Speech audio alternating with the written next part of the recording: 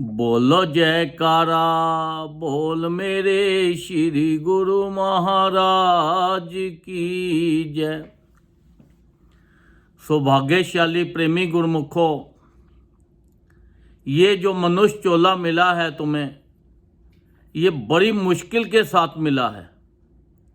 ये बहुत कीमती चीज़ है और इससे भी ज़्यादा कीमती चीज़ क्या है?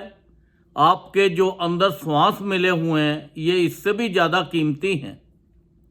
जैसे आप अपने रुपए को, अपनी ज्वेलरी को, अपनी और चीज़ों को कितना संभाल के रखते हो कि कोई ले ना जाए, इधर इधर ना हो जाए, तो ये देखो कि उसकी तो कीमत कुछ नहीं है। ये जो एक एक श्वास है, अगर 3 लोगों की कीमत भी डाल दें तो तब भी कम है। इतने कीमती हमारे जो श्वास हैं, और ये इतना मुश्किल से जो हमें मनुष्य चोला मिला है, इसका हमें पूरा पूरा लाभ लेना है। ऐसा ना हो कि टाइम ख़त्म हो जाए, श्वास ख़त्म हो जाए और एंड के अंदर जाके बोलें ओहो ये तो बहुत बड़ी गलती हो गई, तो फिर उसका कोई फ़ायदा नहीं होगा। तो हम फिर वही 84 की जून में जाके फंस जाएंगे। जो संत महापुरुष हमें नाम देते हैं, हमें ज़्यादा से ज़्यादा नाम जपना है। जितना ज़्यादा नाम जपेंगे उतना ही हमारे लिए अच्छा है। और उन्होंने जगह जगह सत्संग आश्रम बनाए हैं, तो हमें सत्संग आश्रम में जाना है, वहाँ जाके सत्संग सुनना है। जब सत्संग सुने तो हमारा ध्यान सत्संग के अंदर होना चाहिए। ऐसा नहीं कि हम सत्संग के अंदर जाने के बाद भी हमारा ध्यान इधर इधर हो, परिवार में हो, घर में हो, बिजनेस में हो, तो सत्संग का कोई फायदा नहीं। अब एक कथा सुनाता हूँ। एक बार एक गांव के अंदर कुछ संत महापुरुष गए, तो उन्होंने वहाँ पे सत्संग किया और सत्संग से बड़ी पब्लिक थी, बड़ा था, तो सत्संग बहुत अच्छा था। तो वहाँ पे एक आदमी आया, वो कहने लगा जी स्वामी जी आप हमारे यहाँ पे भी आके सत्संग कर दो, हमारे गांव में भी आ जाओ।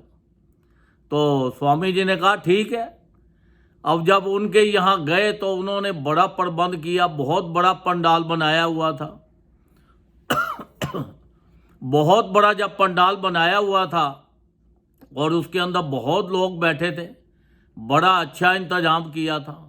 तो संत महापुरुष बड़े खुश हुए कि चलो भाई इतने लोग बैठे हैं और सत्संग का कुछ आनंद ही अलग आएगा। अब संत महापुरुषों ने वहाँ पे सत्संग किया और अंदर से बहुत खुश हुए, चलो इसमें से कुछ भी रुएं अगर सुधर गई तो अच्छा हो जाएगा। जब सत्संग ख़त्म हुआ तो उन्होंने एक बंदे को बुलाया सामने से, कहना भाई इधर आओ, जो अभी सत्संग मैंने किया तो क्या मैंने बताया। उसने अपने कानों पे बताया कि मैं कान से सुन नहीं सकता, तो मुंह से बोल नहीं सकता, मैं गूंगा और बहरा हूँ। फिर दूसरे को बुलाया, उसने भी वही जवाब दिया। तीसरे ने बुलाया, उसने भी इशारे से यही दिया। इतने में वो जो ऑर्गेनाइज़र था वो आ गया। वो ऑर्गेनाइज़र ने आके क्या कहा, कहना कि भाई ये जितने बैठे हैं सब गूंगे और बहरे हैं। संत महापुरुषों को अंदर से बड़ा फीलिंग हुआ कि मैंने इतना बढ़िया सत्संग किया, इतना रूह के लिए किया सत्संग, और यहाँ तो ये सब गूंगे बहरे बैठे हैं, इनको कोई असर ही नहीं हुआ। वो गूंगे बहरे कौन है? वो हम सब लोग हैं कि हम देखो सत्संग में जाते हैं, संत महापुरुष इतना अच्छा सत्संग करते हैं, हमारे रूह को खुराक देते हैं, भोजन देते हैं हमारी रूह को कि लो भाई इससे आप स्ट्रांग हो जाओगे, तो हम उसकी तरफ ध्यान ही नहीं देते। हम तो सत्संग में जाने के बाद भी इधर इधर ही बस सोचते रहते हैं कि भाई परिवार में क्या हो रहा है, बिजनेस में क्या हो रहा है, घर में क्या हो रहा है। तो इसी चीज़ों को सोचते हुए तो हमें सत्संग में तो हमारा ध्यान ही नहीं होता। तो हमें ये चीज़ों को भूल कर, आपकी जो इतना कीमती चोला हमें मिला है, इतने कीमती श्वास मिले हैं, इनको आप खराब मत करो। ये जो श्वास है आप देखो घड़ी की सुई को, देखो कैसे चल रही है। जैसे जैसे घड़ी की सुई आगे चल रही है वैसे वैसे हमारे श्वास कम होते जा रहे हैं। तो इतनी कीमती चीज़ को हम इतना व्यस्त जो कर रहे हैं, तो ये कोई अक्लमंदी तो नहीं हमारी। हमें तो ज़्यादा से ज़्यादा श्वास भजन करना है, संसारिक काम भी करते हुए। ऐसा नहीं कि संसारिक काम को छोड़ देना है, संसारिक काम करने हैं, पर हमारा जो ध्यान है उठते बैठते चलते फिरते हर वक्त उस परमात्मा में होना चाहिए। और वो भजन 24 घंटे हमारे श्वासों के साथ चलना चाहिए। जितने हम करेंगे उतना ही हमें फ़ायदा होगा। और देखो बच्चे हैं, एक औरत गई अपने भक्तानी गई संत महापुरुषों के पास। वो कहने लगी, महाराज मेरा आदमी जो है सत्संग में नहीं इसका ध्यान लगता, ये नहीं जाता। मेरे और बेटे बड़े बड़े हैं वो नहीं जाते। तो उन्होंने, अब बताओ ये कैसे हो। तब संत महापुरुषों ने कहा कि आप एक कच्ची मिट्टी बाहर से लाओ।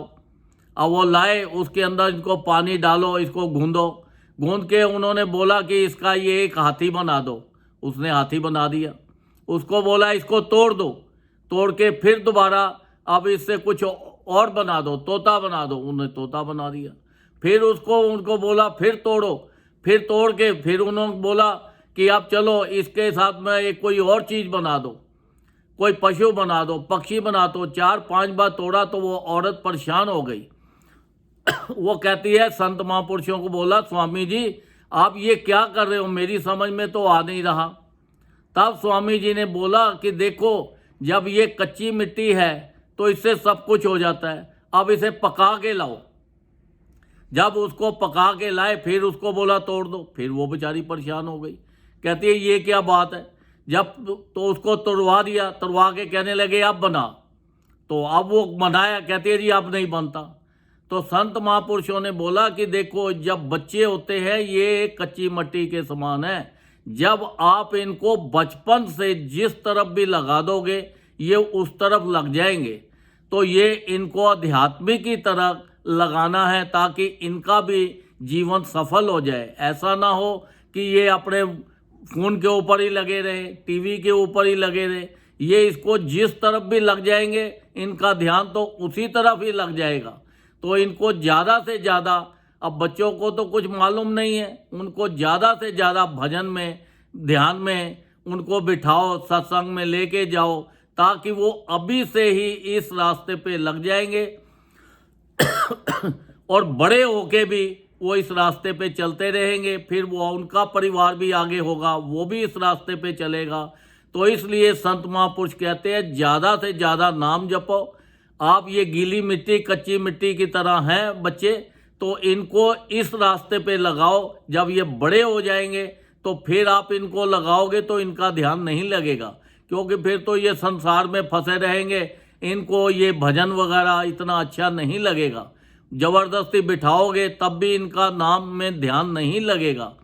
तो इसलिए ज़्यादा से ज़्यादा बच्चों को सत्संग में लाओ, सत्संग में लेके जाओ, उनको अच्छी अच्छी शिक्षा दो, भजन करवाओ, ताकि उनका जीवन भी सफल हो जाए और आपका जीवन भी सफल हो जाए। तो जितना ज़्यादा नाम जपोगे, नाम के अंदर पूरा पूरा ध्यान लगाना है, इधर इधर की चीज़ें नहीं सोचती। हमारे तो श्री गुरु महाराज ने हमारे लिए देखो 5 नियम बना दिए हैं। श्री आरती, पूजा, सत्संग, सेवा, सिमरन और ध्यान, जो श्रद्धा सहित करे निश्चय हो कल्याण। जो भी ये 5 नियमों का पालन कर लेगा उसका भी कल्याण हो जाएगा।